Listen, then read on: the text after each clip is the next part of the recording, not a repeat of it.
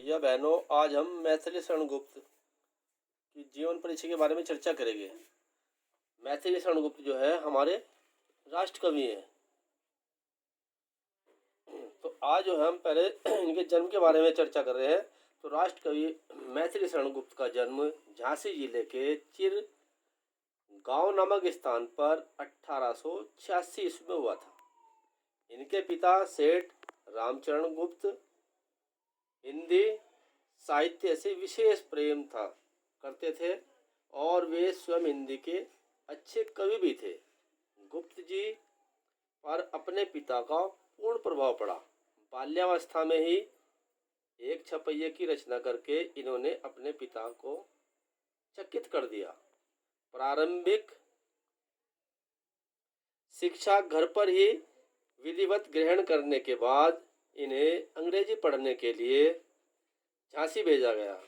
वहाँ इनका मन पढ़ाई में नहीं लगा और ये वापस लौट आए। इन्होंने घर पर रहकर ही अंग्रेजी, संस्कृत, हिंदी का अध्ययन किया। गुप्त जी की प्रारंभिक रचनाएं कलकत्ता से प्रकाशित होने वाले वैश्योपकारक नामक पत्र में छपती थी। महावीर प्रसाद द्विवेदी के संपर्क में आने पर उनके आदेश एवं स्नेहमय परामर्श से इनके काव्य में पर्याप्त निखार आया। द्विवेदी जी को ये अपना गुरु मानते थे। देखो, मृत्यु इनकी जो है 12 दिसंबर 1964 को माँ भारती का यह सच्चा सबूत हमेशा के लिए पंचतत्व में विलीन हो गया। देखिए, इनको पुरस्कार कौन कौन से मिले हैं। इन्हें हिंदी साहित्य सम्मेलन द्वारा मंगला प्रसाद पारितोषिक पुरस्कार से सम्मानित किया गया और भारत सरकार ने इन्हें पद्म भूषण से भी सम्मानित किया। देखिए, मेन कृतियाँ जो है गुप्त जी के लगभग 40 मौलिक काव्य लिखे हैं, जिनमें मुख्य है भारत भारती, किसान, शकुंतला, पंचवटी, त्रिपथगा, साकेत, यशोधरा, द्वापर, नहुस आदि इनकी उल्लेखनीय रचनाएं। अब देखते हैं हम इनकी काव्यगत विशेषताएं। भाव पक्ष नंबर 1, राष्ट्र प्रेम गुप्त जी की कविता का मुख्य स्वर था और देखो इन्होंने कहा है, जो भरा नहीं है भाव से, जिसमें रसधार नहीं, वह हृदय नहीं, पत्थर है जिसमें स्वदेश का प्यार नहीं। इन्होंने नारी को भी बहुत महत्व दिया है। गुप्त जी का हृदय नारी के प्रति करुणा व सहानुभूति से परिपूर्ण है।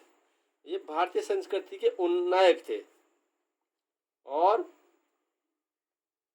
भारतीय संस्कृति के ये निधि कवि भी कहलाते हैं। इसलिए इन्होंने भारत के गौरवशाली अतीत का सुंदर वर्णन किया है। इसके साथ साथ ये प्रकृति चित्रण भी जो है इन्हें चित्रण का इन्होंने किया है। इनके प्रकृति चित्रण में हृदय को बहुत ही आकर्षित करने वाले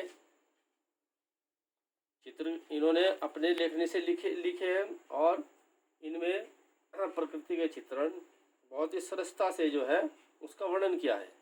रस योजना, रस जो योजना है, श्रृंगार रस का अनुप्रयोग किया, रौद्र का, विभत्स का, हास्य एवं शांत रस जो है प्रसंगों में गुप्त जी अत्यधिक सबल रहे। कला पक्ष, जैसे भाव पक्ष वैसे ही कला पक्ष।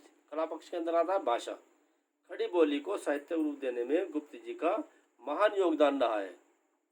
इन्होंने ब्रज भाषा के स्थान पर सरल व परिष्कृत खड़ी बोली में काव्य सर्जन किया तथा यह काव्य भाषा में रूप में स्थापित किया। शैली, गुप्त जी ने अपने समय में प्रचलित सभी शैलियों का प्रयोग किया। रचनाओं में ये जो है मूलतः इन्होंने जो है सभी प्रचलित शैलियों का प्रयोग किया। ये मूलतः प्रबंधकार थे, लेकिन प्रबंध काव्य के साथ साथ इन्होंने मुक्त काव्य, गीति नाट्य आदि क्षेत्रों में भी अनेक सफल रचनाएं की। छंद एवं अलंकार, इन्होंने अधिकतर मदाक, क्रांता, वसंतलिका, हरिगीत का, बैरव आदि छंदों का सफल प्रयोग किया। अलंकार में इन्होंने यमक, रूपक, उत्प्रेक्षा, श्लेष आदि अलंकारों का प्रयोग किया। हिंदी साहित्य में अब आता है, हिंदी साहित्य में इनका स्थान क्या रहा है। मैथिली शरण गुप्त जी राष्ट्रीयता की भावना से ओतप्रोत रचनाओं के कारण इन हिंदी साहित्य में इनका मुख्य स्थान है और विशेष स्थान भी है। ये आधुनिक हिंदी काव्य धारा के साथ साथ विकास के पथ पर चलते हुए युग प्रतिनिधि कवि स्वीकार किए गए।